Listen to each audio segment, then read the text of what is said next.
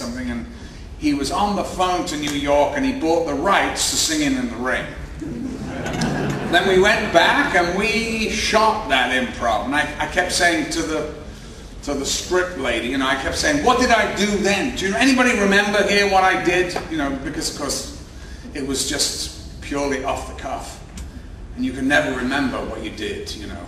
Anyway, it took a week to shoot the damn thing, but we got it, and it's sort of really says a lot about that film, you know, that particular sequence, you know, because you take such an iconic image as, you know, Gene Kelly swinging around the lamppost and the whole deal, and, you know, the I'm singing in the rain, you know, that stuff, and he was great, and of course, you know, as a young man, it was indelibly put into my brain that this was how euphoria was. You know, Hollywood's a great propaganda tool, isn't it? So, you know, if you want to show euphoria, then you immediately go into Singing in the Rain, which is, you know, I was beating and raping and euphoric.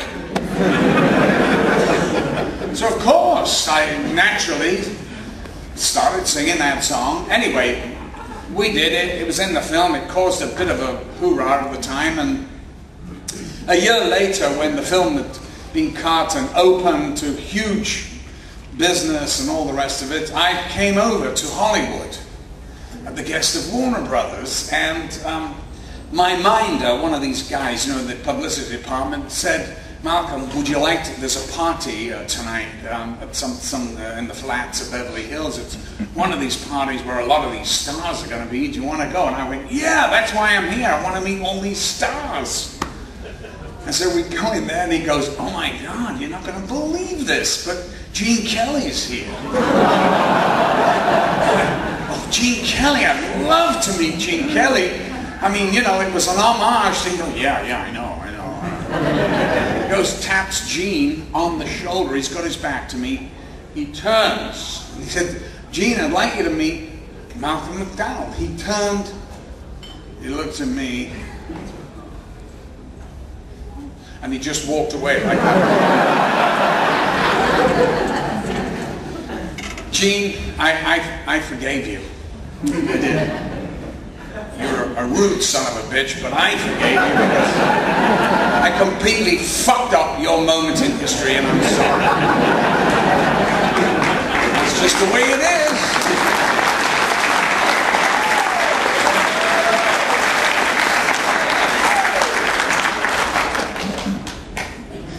He didn't really find it very funny, and you know, the film was frowned upon. Kubrick was considered a maverick, a renegade. He left America and he left Hollywood. He shot one movie in Hollywood and he hated it so much, and he hated Kirk Douglas so much, and he tried to take his name off Spartacus. Now, I think Spartacus is actually a very fine, epic movie. You know, there's nothing wrong. Stanley hated it, and he didn't even consider it one of his movies because he had, you know, he had to take orders from Kurt, you know, and he hated that. But anyway, so Hollywood was had a strange relationship with Kubrick. They weren't very fond of it. They never gave him an Oscar for Best Director, which is, of course, just shows you how really serious the Academy Awards are. And by the way, you can add to that list another great director, Alfred Hitchcock.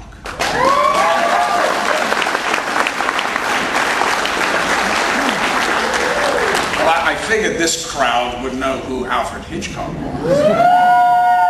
One of the greatest suspense directors that ever lived, and literally he took that particular genre of movie, millennium jumps, and he was never ever awarded by an Oscar. I think he got an honorary one at the end of his life, which was really meaningless, but it wasn't really one for a movie. So